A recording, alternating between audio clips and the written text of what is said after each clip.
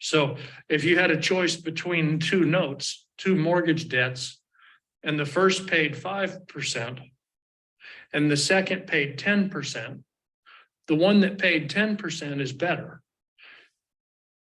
The next factor that drives value is the history of the payments. So when you buy these mortgage debts, you want to look at how long has the person been making payments. You want to be careful buying a new note. You want to see a record of how long the person has been making payments. So if a person has a 30-year note, and they are 4 years into a 30-year note, where they still have 26 years left, that is safer if you see a record of payments compared to a 30-year note that the person put the down payment down, but they haven't yet made their first payment. Because what if the person just walks away? What if they don't make that payment? Then you've bought a note that is a non-performing note. You want to buy a performing note. A performing note is more valuable than a non-performing note, because then you don't have any work to do. You just buy the note, and the borrower makes payments to you.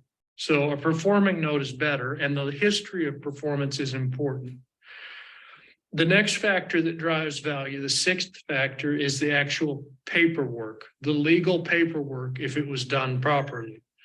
Because if you have a note that was just two guys that were sitting around a kitchen table and they worked out a deal and they wrote it up without a lawyer, where they just wrote up an agreement and they signed it, that is less valuable because the note likely has mistakes. They're not lawyers. They just agreed that, yeah, I'll make payments to you for 30 years. Did they remember to put in any of the legal language? Did they know how to put any of the legal language in? These things are important. That type of note is less valuable than a note that had a proper closing at a legitimate company with legitimate lawyers that drafted the paperwork. Because you know that it's very likely that if you buy that note and the borrower doesn't make payments to you, you have legal recourse. You don't want to buy a note that hasn't been drafted properly. Yeah, so then that is real important. You want to make sure when you're buying notes that you've got good legal paperwork. So a real quick example here. This is a real property. It's not one that we have in our portfolio, but it is a real property that I can illustrate how this works. This is a house in Texas. The cost is $120,000. Let's imagine that the buyer went to the seller and said, you know what? I'll pay you $20,000. Let me finance $100,000 with you. And the seller's like, wait a minute. I'm not gonna be your bank. Go to the bank. I know a good banker. Go to that banker. Talk to Jim. Jim will make you a loan. I've done business with him for years. So yes. Question. Hello? Okay. So basically the banker, what the banker does is this guy comes in and he says, I'd like a loan to buy this property. And the banker looks at the guy and says, oh, you're self-employed. You don't work for the government. You don't get reliable income. Oh, you had a car one time that you didn't make payments on and they repossessed the car. I'm not making you a loan. Get out of my bank. Come back in a few years when you've got good credit. So the guy left, and then he went back to the seller and said, listen, I talked to him, and the banker said, no, but can't I just give you the $20,000 and then I'll make payments to you? And then the seller's like, well, you know what? I'm not going to loan it to you at a low interest rate. I want 10%. If you want me to be your banker, I want 10%. And the buyer's like, okay, that works. I'm happy to pay it. So they worked out a deal. They agreed on monthly payments of $877 per month. Now imagine that this guy has been making his payments. He's been a good borrower. He's been a good buyer, and he's been there for 5 years. Well, 60 months he's made payments.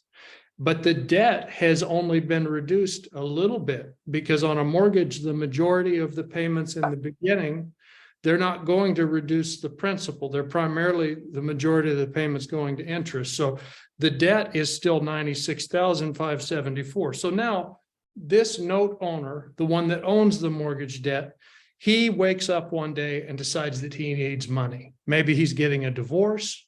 Maybe he has decided to move. We don't know why he needs money. Maybe he just has decided he wants money and doesn't want to wait anymore. So he contacts Alamo Mortgage Holdings and he says, hey, I've got this note. I want to sell it for cash. And then Alamo Mortgage Holdings negotiates, and we might negotiate and pay, for example, 12% yield.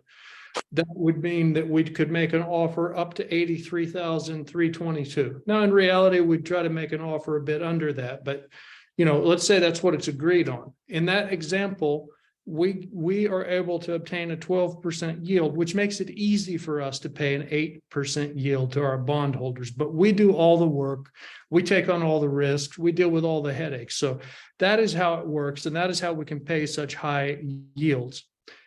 We talked about the exchange rate. So important to keep that in mind, because a lot of investors, they get wrapped up in their rate of return and they forget that an 8% return paid in pounds is not necessarily going to be as good as an 8% rate of return paid in dollars. We can work with you to get you into more dollars. If you want a larger percentage of your portfolio in US dollars, we can help you with that.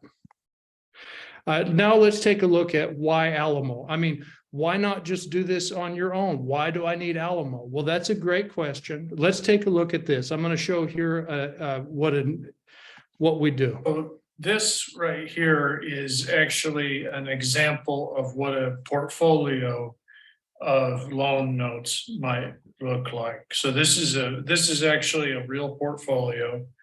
And you look here and you can see the name of the borrower, the number of months.